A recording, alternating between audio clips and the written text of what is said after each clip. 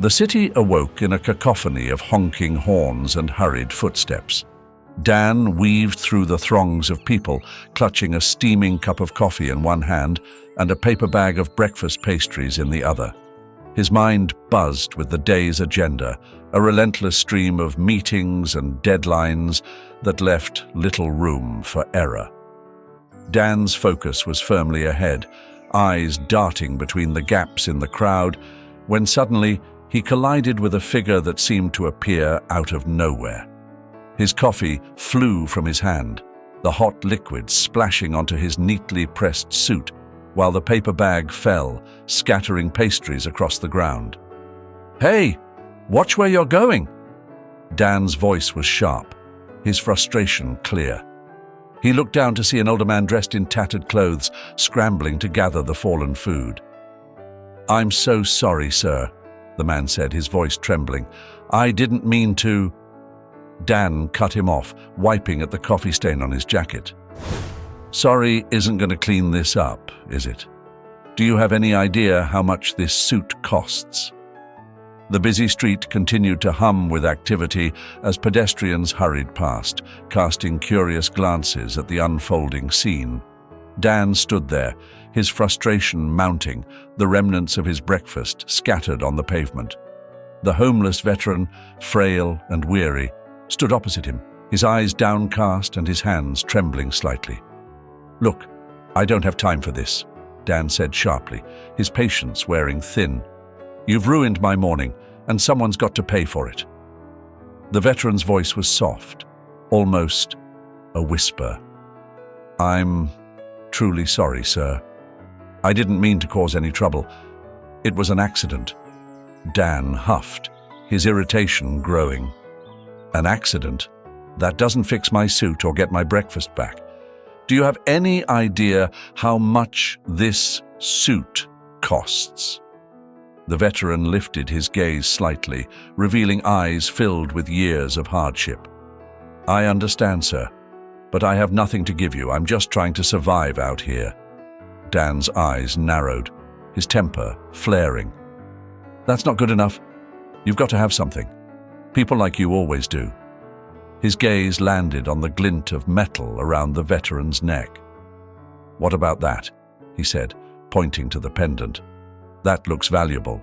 Instinctively, the veteran's hand flew to the pendant, his fingers closing around it protectively. This is all I have left from my time in the service. It's not worth much money, but it means everything to me." Dan crossed his arms, his tone cold and unyielding. "I don't care about your stories. Either you give me that pendant, or I'm calling the cops. Public disturbance, vagrancy. Take your pick." The veteran's shoulders sagged under the weight of Dan's ultimatum.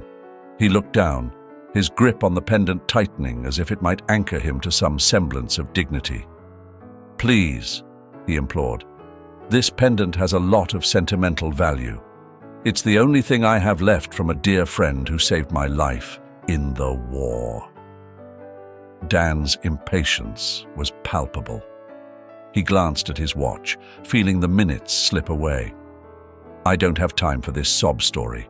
I need to get to work, and I need compensation now." A tear welled up in the veteran's eye, his voice breaking. "I don't want to lose this. It's not just a piece of jewelry. It's a reminder of hope and sacrifice. Please, have some compassion." But Dan was unmoved. The pressure of his ruined morning and the mounting frustration left no room for empathy. "Hand it over, or I'm dialing 911, he said, pulling out his phone for emphasis. The veteran took a deep, shuddering breath. His fingers slowly unclasped the chain, and he lifted the pendant over his head. With a final, heart-wrenching look at the cherished item, he extended it towards Dan. His eyes glistened with unshed tears, each one a testament to the weight of his sacrifice. Dan snatched the pendant, stuffing it into his pocket without another glance.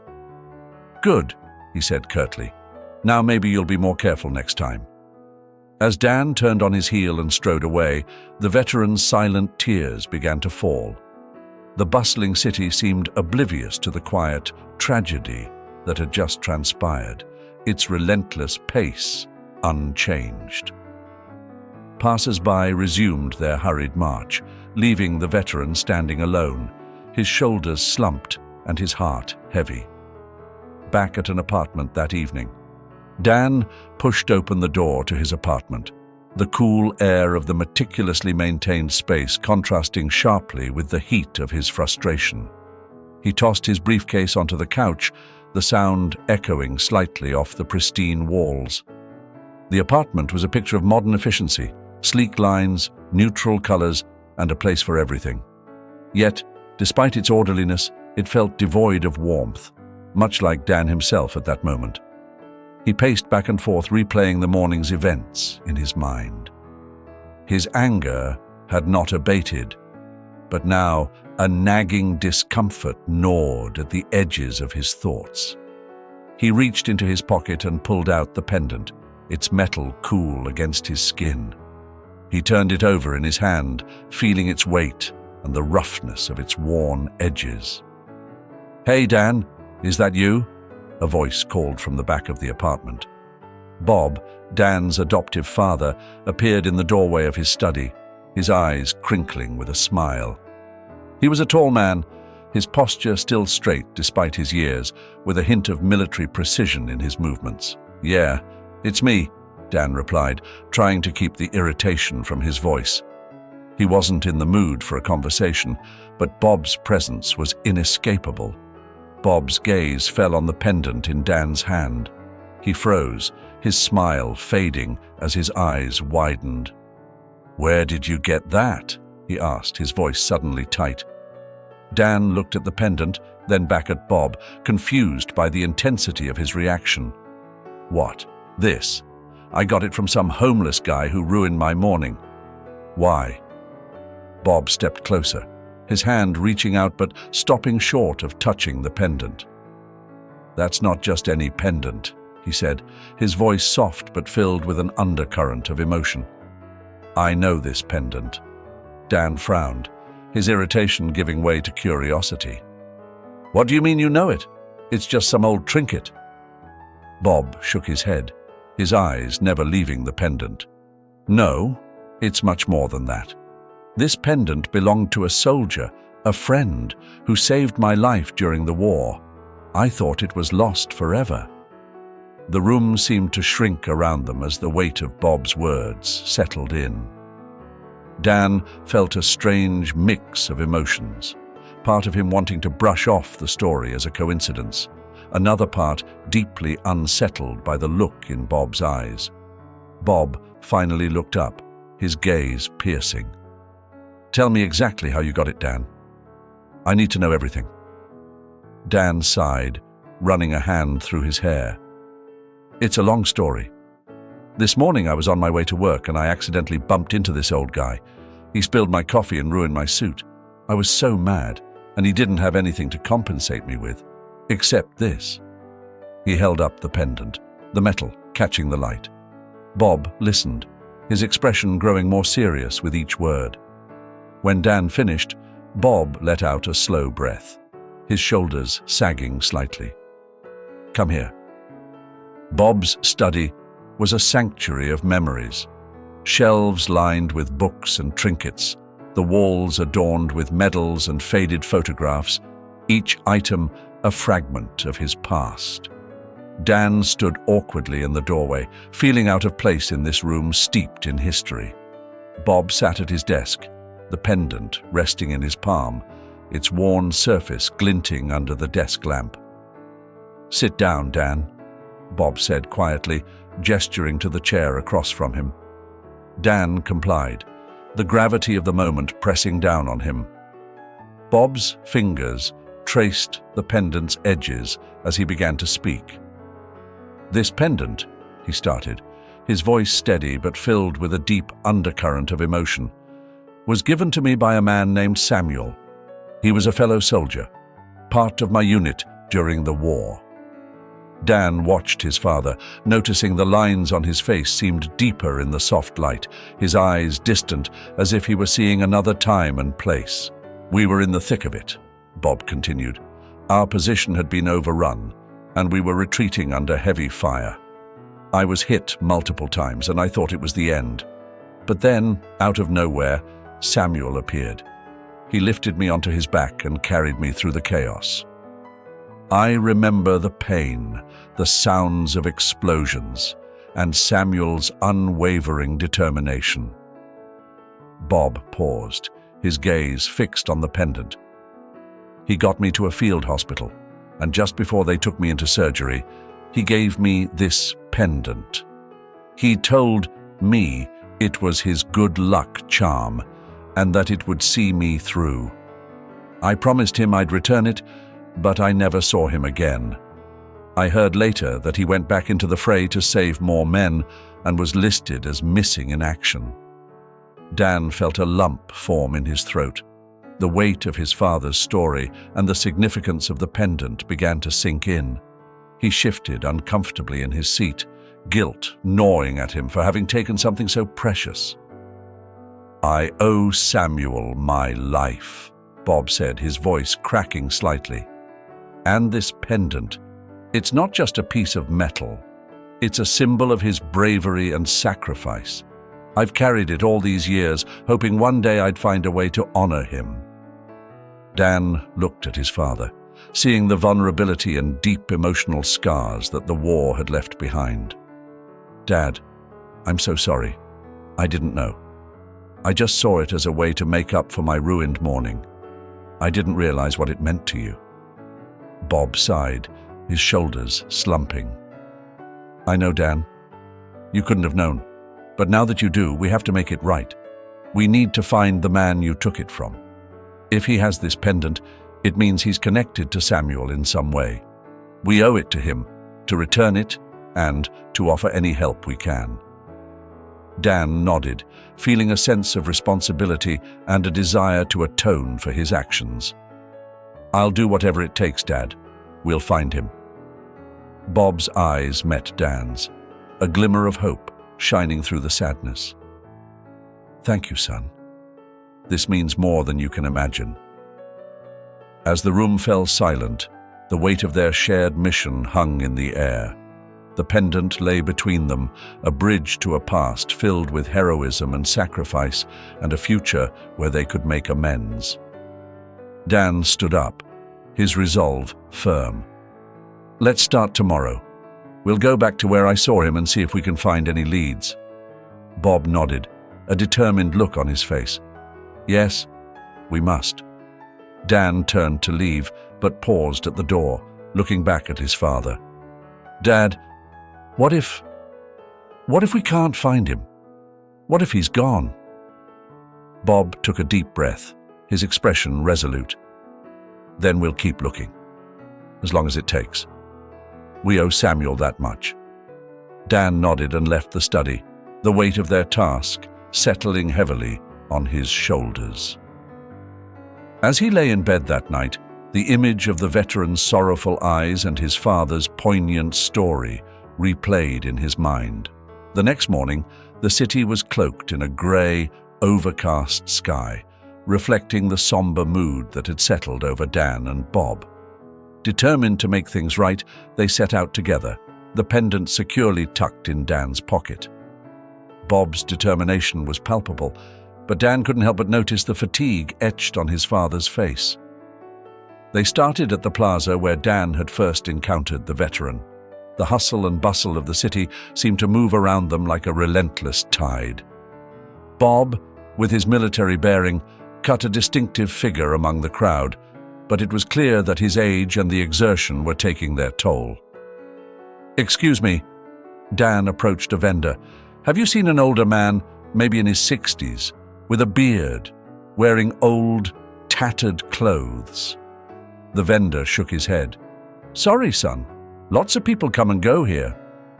As the day wore on, Bob's steps grew slower, his breathing more labored. Dan watched with growing concern, the weight of his guilt pressing harder with each step they took. In the alleyways, they encountered a different world. The smells of the city were more pungent, and the faces they saw were marked by the struggles of life on the streets.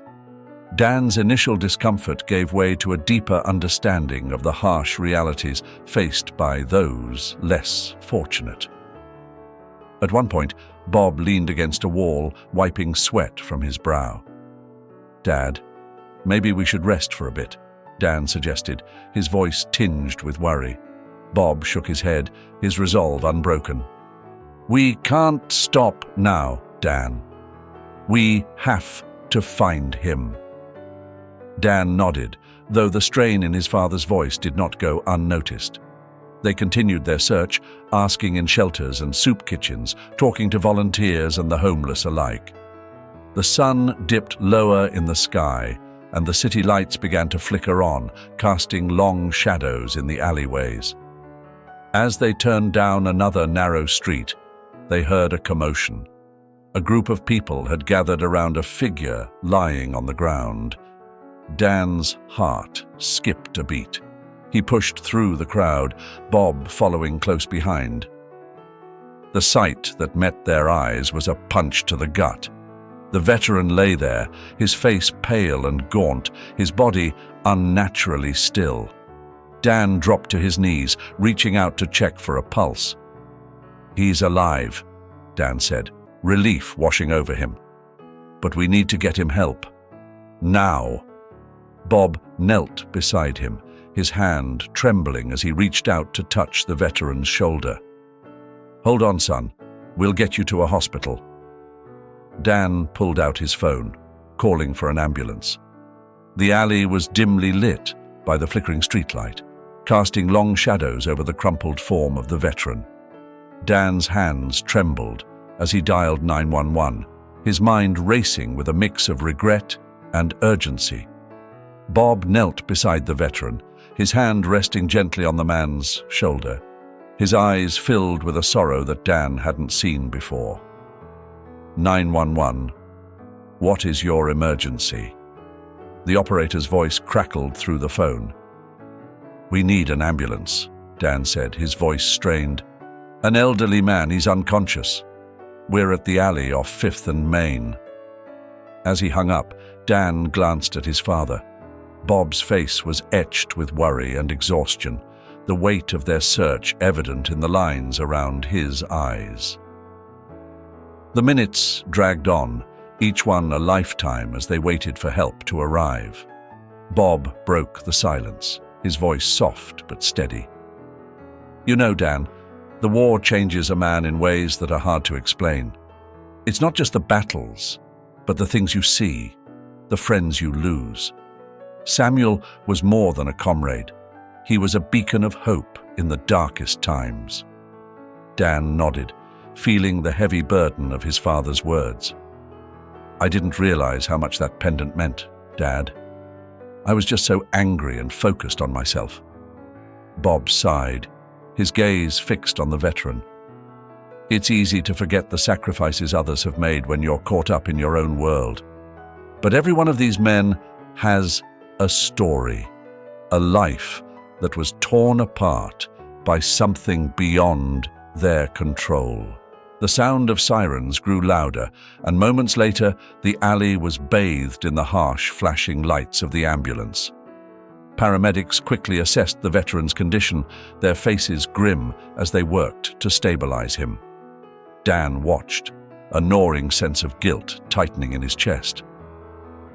"Will he be okay?" Dan asked one of the paramedics as they prepared to lift the veteran onto a stretcher. "He's in bad shape," the paramedic replied. "Malnourished, dehydrated. We're doing everything we can, but he'll need a lot of care." Bob stood up, wincing slightly from the effort. "We're coming with you," he said, his tone leaving no room for argument. Dan helped his father into the back of the ambulance, their journey continuing in a silence filled with unspoken fears and hopes. At the hospital, they followed the stretcher into the emergency room. The clinical antiseptic smell of the place mingled with the beeping of machines and the hurried footsteps of medical staff. Dan's heart pounded as they watched the doctors and nurses take over, their movements swift and practiced. Bob leaned heavily on Dan, the day's exertions clearly taking their toll. "Let's sit down," Dan said, guiding his father to a row of chairs. They sat in silence for a while, the only sound the distant hum of hospital activity. "Do you think he'll make it?" Dan asked quietly, more to himself than to Bob. Bob sighed deeply, his eyes closed. "I don't know, son, but what I do know is that we did the right thing. We found him. We gave him a chance." Dan nodded, the reality of their situation sinking in. He had been so focused on his own grievances that he had failed to see the bigger picture, the lives impacted by his actions. The weight of that realization was almost unbearable. The hospital waiting room was a stark contrast to the chaos of the city outside. Its fluorescent lights cast a sterile glow over the white walls and hard plastic chairs. Dan and Bob sat side by side, the silence between them heavy with unspoken fears and anxieties. The only sound was the occasional rustle of a magazine or the distant beeping of medical equipment. Dan leaned forward, his elbows resting on his knees, staring blankly at the floor.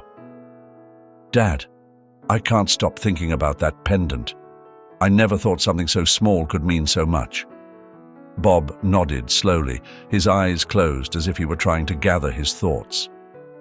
"It's not just about the pendant, Dan. It's about what it represents. Sacrifice, hope, and the bonds we form in the most trying times. That man, Samuel, he was more than a comrade. He was a brother." Dan looked at his father, seeing the depth of emotion etched into his features. "I know I messed up, Dad. I was so caught up in my own world that I forgot about everyone else. I feel like I've let you down." Bob placed a reassuring hand on Dan's shoulder. "We all make mistakes, son. What's important is that we learn from them and try to make things right. You've taken the first step by being here, by caring." The tension in the room was palpable as they waited for any news about the veteran. Time seemed to stretch, each minute feeling like an eternity. Dan's mind wandered to memories of his childhood, the lessons his father had tried to instill in him about kindness and empathy. "Remember that time we went fishing and I caught that tiny fish?" Dan asked, a faint smile playing on his lips. Bob chuckled softly, opening his eyes. "You were so excited. You wanted to keep it, but I told you we had to let it go. That sometimes the best thing we can do is to set things free." Dan nodded, the memory warming him slightly. "I didn't understand then, but I think I do now. It's about more than just what we want. It's about doing what's right, even when it's hard." The conversation drifted into comfortable silence, each lost in their thoughts. The hospital's hum continued around them, a backdrop to their quiet reflections. Dan felt a growing respect for his father, for the strength and wisdom he had shown throughout his life. "Tell me more about Samuel," Dan said after a while. "What was he like?" Bob sighed, a mixture of fondness and sorrow in his eyes. "He was brave, selfless, always had a joke ready to lighten the mood even in the darkest moments. He saved so many lives, not just mine. Losing him was like losing a part of myself." Dan absorbed his father's words, feeling the weight of Samuel's legacy. "I wish I could have met him." Bob smiled faintly. "In a way you have. Through that pendant, through the stories, and through the actions we're taking now to honor his memory." The door to the waiting room opened and a doctor stepped in, her expression serious but calm. Dan and Bob stood up simultaneously, their hearts pounding in unison. "Mr. Miller?" The doctor addressed Bob. "We've stabilized him, but he's still in critical condition. The next 24 hours will be crucial." Bob nodded, relief and anxiety mixing in his expression. "Thank you, Doctor. Can we see him?"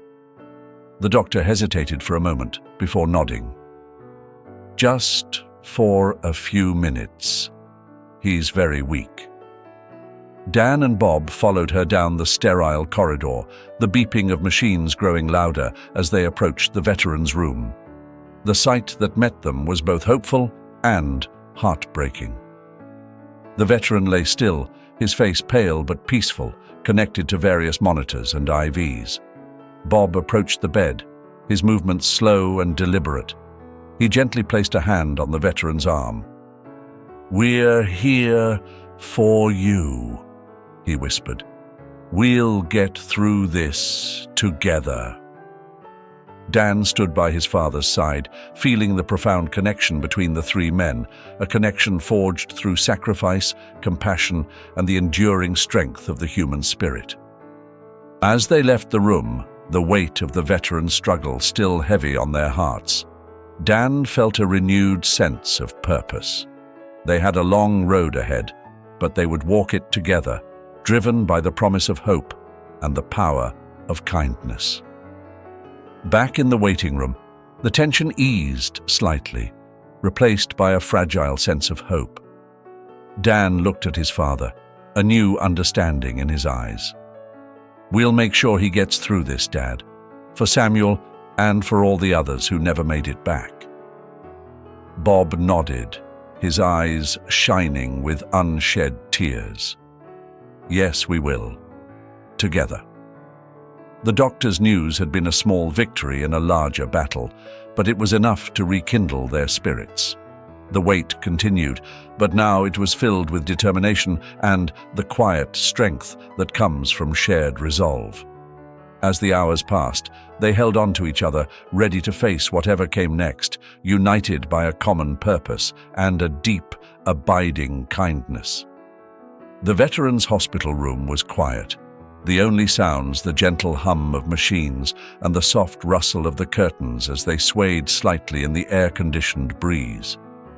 Dan stood by the bed, feeling the weight of the pendant in his pocket. Bob sat in a chair nearby, his eyes fixed on the frail figure lying before them. The veteran's eyelids fluttered and he slowly woke, his eyes adjusting to the sterile light of the room.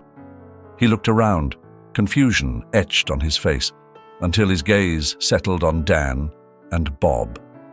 His expression hardened, a flicker of mistrust in his eyes. "Where am I?" he asked, his voice weak but laced with suspicion. "You're in the hospital," Dan replied softly. "We found you in the alley and brought you here. You were in pretty bad shape." The veteran's eyes narrowed and he struggled to sit up. Bob gently placed a hand on his arm, urging him to stay still. "We just want to help," Bob said, his voice calm and reassuring. The veteran's gaze shifted to Bob, then back to Dan. "Help? You took my pendant," he said, his voice cracking with a mix of anger and pain. "That's all I had left." Dan felt a lump form in his throat. He reached into his pocket and pulled out the pendant, holding it out for the veteran to see. "I'm so sorry," he said, his voice sincere. "I didn't understand its importance. I was angry and took it without thinking. Please, take it back." The veteran's eyes softened as he looked at the pendant, then at Dan. Hesitantly, he reached out and took it, his fingers trembling. "Why?" he asked, his voice barely above a whisper. "Why are you doing this now?" Bob leaned forward, his eyes filled with empathy. "Because we owe you more than you can imagine. My name is Bob Miller, and during the war, I was saved by a man named Samuel. He gave me a pendant just like this one before he went back into battle and never returned." The veteran's eyes widened in recognition, and he clutched the pendant tighter. "Samuel," he whispered. "He was my brother." Dan and Bob exchanged a stunned glance. "Your brother?" Bob repeated, his voice thick with emotion. The veteran nodded slowly, tears welling up in his eyes. Yes, he told me about you, how he saved your life. He said it was the right thing to do, that you were a good man. Bob's eyes filled with tears as he reached out to clasp the veteran's hand. He was right. Your brother saved my life, and I've been trying to honor his memory ever since. When Dan took the pendant, we didn't know it would lead us to you, but now that it has, we want to do everything we can to help. The veteran looked at Dan, his anger melting away into understanding. I forgive you, he said quietly. You didn't know, but now you do, and that makes all the difference. Dan felt a wave of relief wash over him. Thank you, he said, his voice choked with emotion. We'll make sure you get the care you need. You're not alone anymore. The veteran nodded, a faint smile crossing his lips. Thank you, he whispered, for everything. As they sat together, the room seemed to fill with a sense of peace and connection.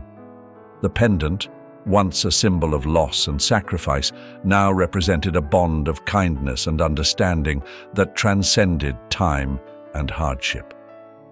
The doctor entered the room, breaking the moment of quiet reflection. I see our patient is awake, she said with a warm smile. How are you feeling, sir? Better? The veteran replied, his voice stronger. Much better. The doctor nodded. That's good to hear. You've got a long road to recovery, but with support, you'll get there. Dan and Bob stood, preparing to leave. We'll be back tomorrow, Dan promised. We're not going anywhere. The veteran smiled, a genuine warmth in his eyes. I look forward to it. As they walked down the hospital corridor, Bob placed a hand on Dan's shoulder. I'm proud of you, son. You've shown true compassion and strength.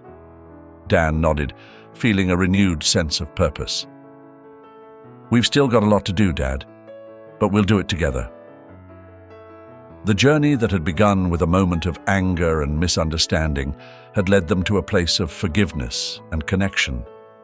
And as they stepped out into the cool evening air, Dan felt the weight of the past lifting, replaced by a hopeful anticipation for the future. In that quiet, solemn room, they had found more than just a pendant. They had found a reason to believe in the power of kindness and the enduring strength of the human spirit. And that, Dan realized, was the greatest gift of all.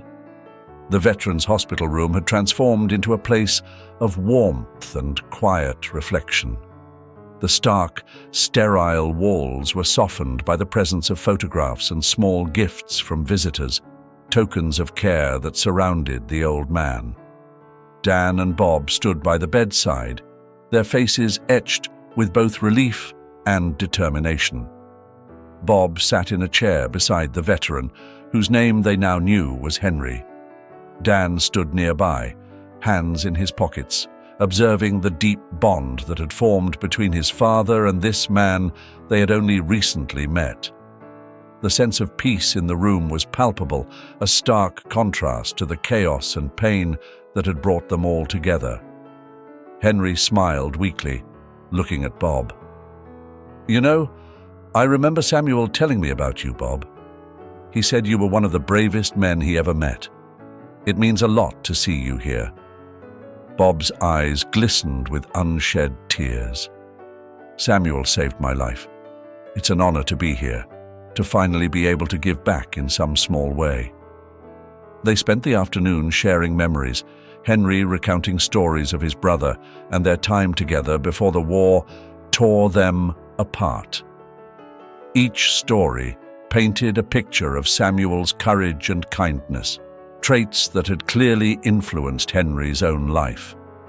Dan listened intently, his respect for both men growing with each passing moment. He realized how much he had changed since that fateful morning when he had taken the pendant in anger. He saw now the true power of kindness and the deep connections that could be forged through shared experiences and understanding. Henry turned to Dan, his expression serious but gentle. "You've done more for me than you know, Dan. Bringing me here, reuniting me with Bob, it's given me a new lease on life. I can't thank you enough." Dan shook his head, feeling a profound sense of humility. "No, Henry. Thank you. Meeting you and hearing your story has changed me. I've learned so much about what really matters in life." Bob reached into his pocket and pulled out the pendant, its surface gleaming softly in the light. "Henry, this belongs to you. It was Samuel's, and now it's yours. It's always been yours." Henry's eyes filled with tears as he took the pendant from Bob's hand. He held it gently, as if it were the most precious thing in the world. "Thank you," he whispered. "This means everything to me." Dan watched the exchange, feeling a deep sense of closure. The pendant, which had once been a symbol of his thoughtlessness and anger, had become a beacon of hope and connection.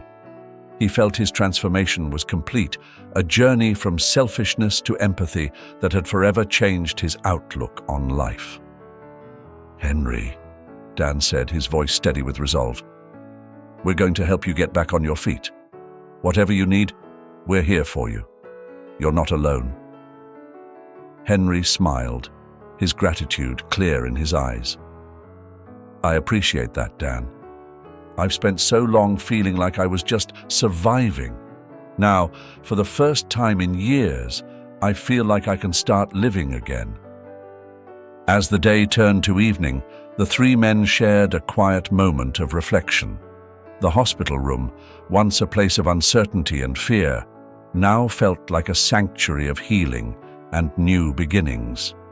They sat in silence, each lost in their thoughts, yet deeply connected by their shared experiences and the promise of a better future. Bob broke the silence, his voice filled with emotion.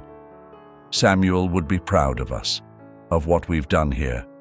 He believed in the power of kindness, and I see that same power in all of us now." Dan nodded, feeling a profound sense of peace. "He's right. We've come together through something difficult, but it's made us stronger. We have a chance to make a real difference, to honor Samuel's legacy by continuing to show that same kindness and compassion." Henry held the pendant close to his heart, his eyes closed in a silent prayer of thanks. "To Samuel," he said softly, "to all of us, and to the future we can build together." The room fell into a serene silence once more, the weight of their journey lifted as they embraced the possibilities ahead. In that quiet hospital room, three men, united by their pasts and the strength of their shared resolve, found a sense of closure and hope. They had come full circle, each transformed by the power of kindness and ready to face whatever the future held with renewed purpose and a deep, abiding connection. The morning sun bathed the small apartment in a warm, golden light. Henry sat by the window, a steaming cup of coffee in his hands, gazing out at the bustling street below. It had been months since he left the hospital, and life had taken on a new, hopeful rhythm. The sound of footsteps drew his attention, and he turned to see Dan and Bob entering the room, their faces bright with the energy of the new day. "Good morning, Henry," Dan greeted, setting a grocery bag on the kitchen counter. "How are you feeling today?" Henry smiled, his eyes crinkling at the corners. "Better than I have in years, thanks to you two." Bob walked over and clapped a hand on Henry's shoulder. "We're just glad to have you with us. You've become part of the family." Dan had helped Henry find a modest apartment not far from his own, ensuring that he would never feel alone or unsupported.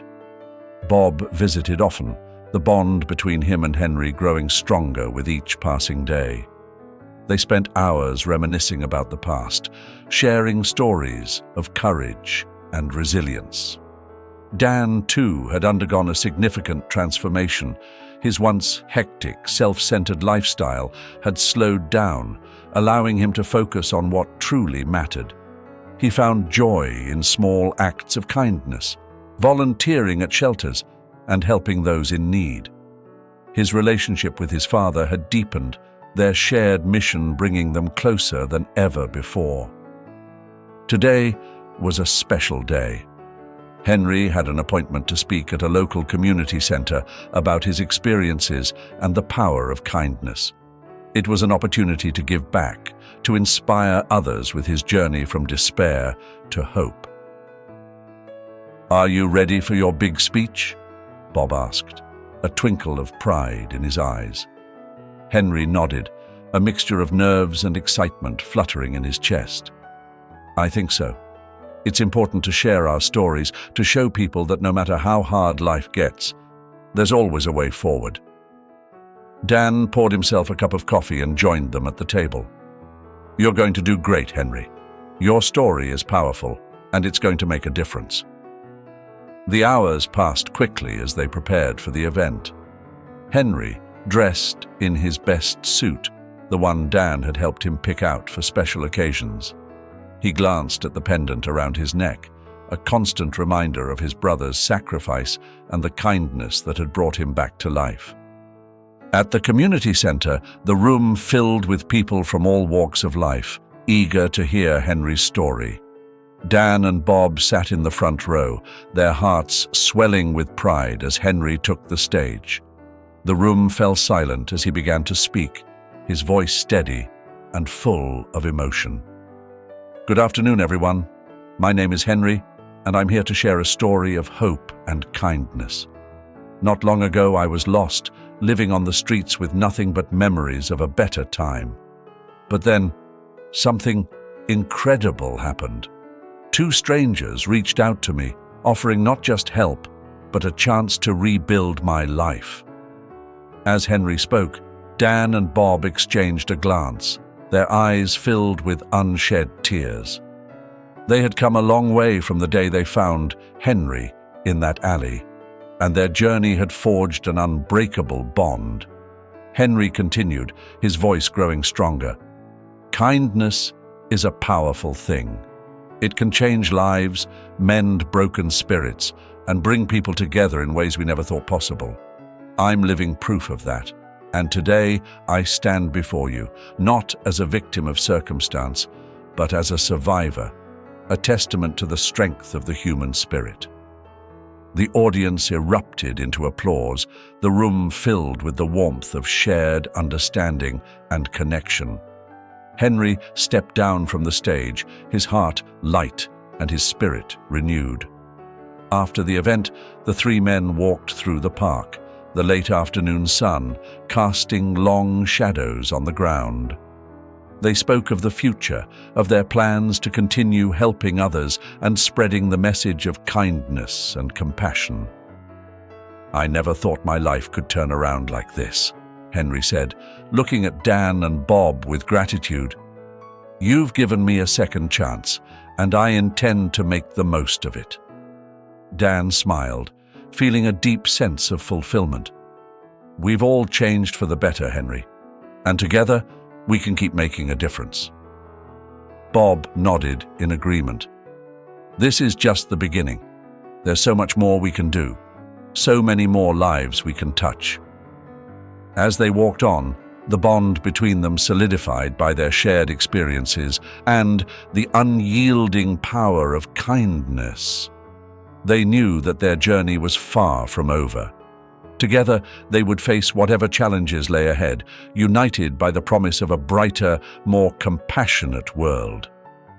Hey everyone, thank you so much for watching this story unfold. I hope you found it as touching and emotional as I did while writing it.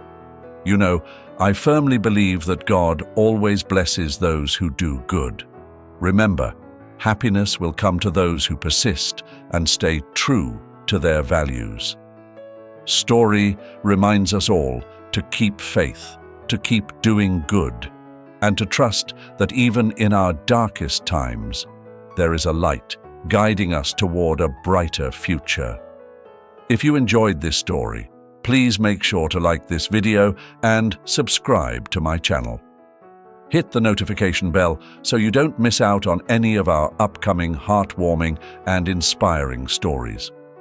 Your support means the world to me and helps me continue creating content that we can all connect with.